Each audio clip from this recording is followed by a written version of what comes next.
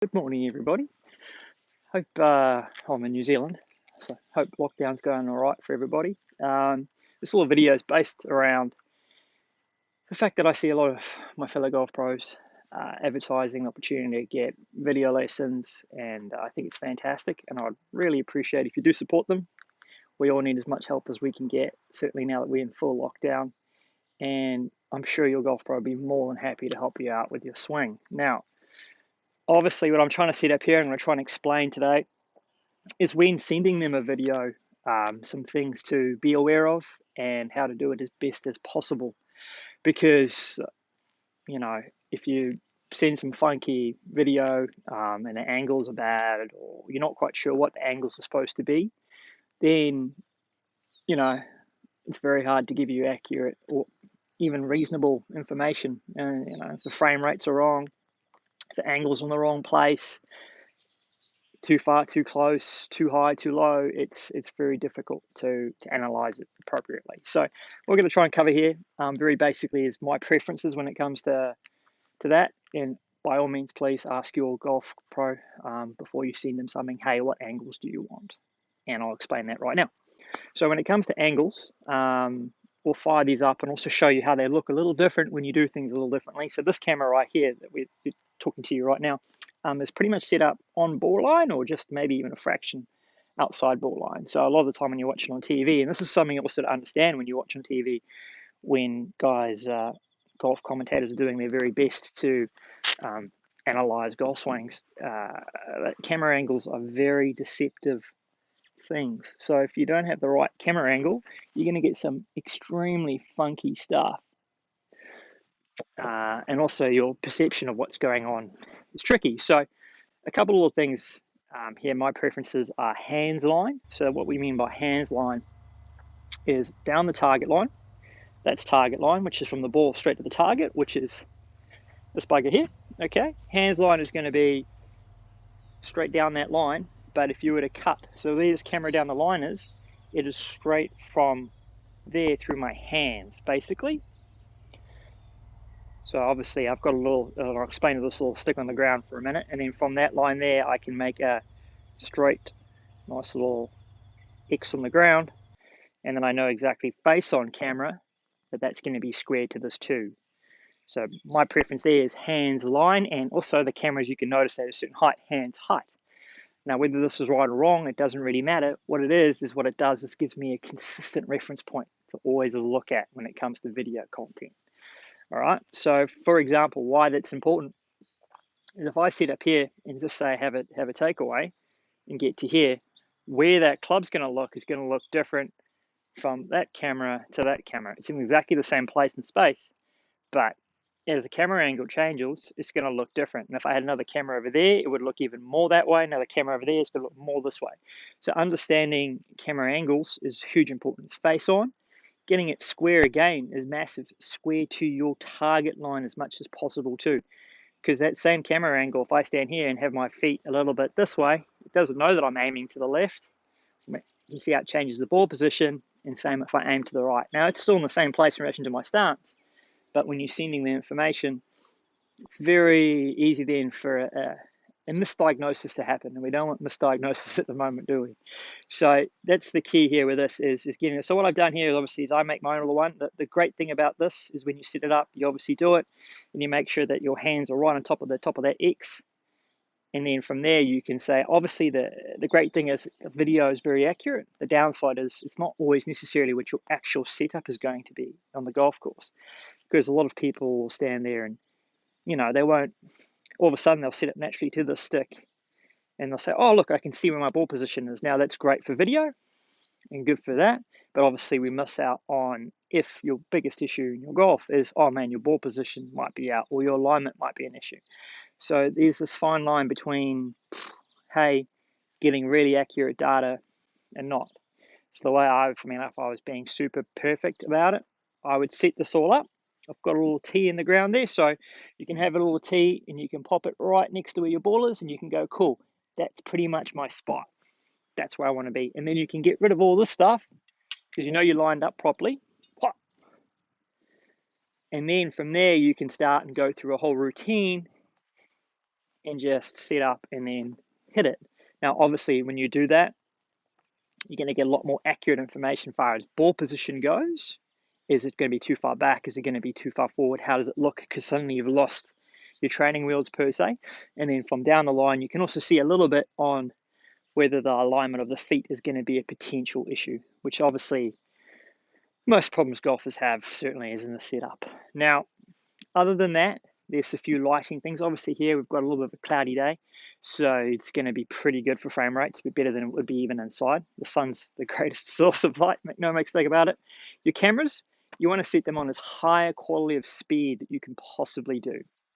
Faster the better. I'll set these two up at 240 frames a second, match them up. Then obviously, how many guys have got one of these at home? Not me. So you can set them up as fast as you can, best lighting as possible, be as accurate as you can when it comes to having the positioning of them as possible. And then from there, when you are trying to hit that shot, just try and hit it as normal as possible. And if you are obviously working on something with your coach, tell them, hey, this is what I was trying to do in this swing, and you're going to obviously get a lot more accurate information. All right, so let's go ahead and hit one here. I'll connect these all to my software, and then I'll show you, for example, what I would do, what it would look like in a post review. If you were to send me something, what would it look like? This is what it would look like. How you analyze it, and then how you send it back. And also, obviously, before you send your coach something to do regarding how to practice, also ask him how he would like the files sent, what format to send it in. Because obviously some guys might use V1, some guys like me might have that V1 as well as the TrackMan software, and we might just create like a Dropbox folder or something like that. Everyone's going to be different how they do it. But yeah, please go ahead, support your local guy, and don't be afraid to set something up, even if it's as unique as this. I mean, my fancy practice nets I wanted to get in from Australia, I can't get at the moment purely because we obviously in stage 4 lockdown, so that kind of buggers up anything, even though some of us do believe practice nets are essential for mental health. But so even if it's a bed mattress or a sheet or something to whack into, it doesn't actually have to even be golf balls you're hitting. It can be plastic balls, could be a tennis ball, or you could even send your pro a practice swing and say, hey, I'm trying to do this, what do you think? Because obviously all of us in the golf industry are pretty much out on the count at the moment, and no doubt keen as beans to help, especially those sort of PGA members. So thanks for your time. I hope this is enlightening. I'll have a whack now and show you the different angles and what a video analysis, I suppose, would look like from those two angles. Enjoy.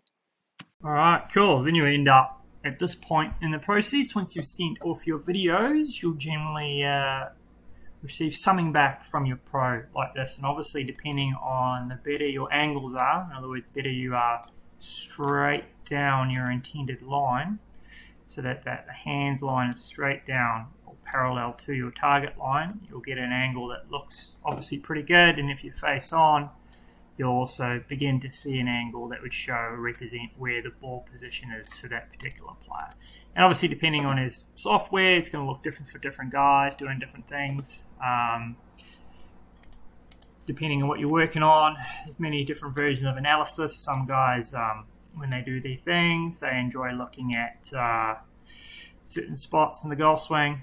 I wish it was more common knowledge, especially among amateurs when we're talking about P1 and P2 and all sorts of stuff. This is basically just positions in the golf swing, so that each coach, if we were passing on information from one another, we'd know what's going on. But your pro might put something up along the shaft plane and then something up through the shaft, through shoulder plane, or any number of weird and wonderful things that we'll do. Or they might even put one from the ball through your right elbow, the hitting plane. So many things we've used over the years with video analysis that we all have personal preferences. But ideally, you get something that's kind of synced up between back and through swing, and then you can be able to see what your particular things are. Obviously, things you probably want to tell your coach to before you send anything in. What type of shot am I trying to hit? Is it trying to hit a draw? Or are you trying to hit a fade?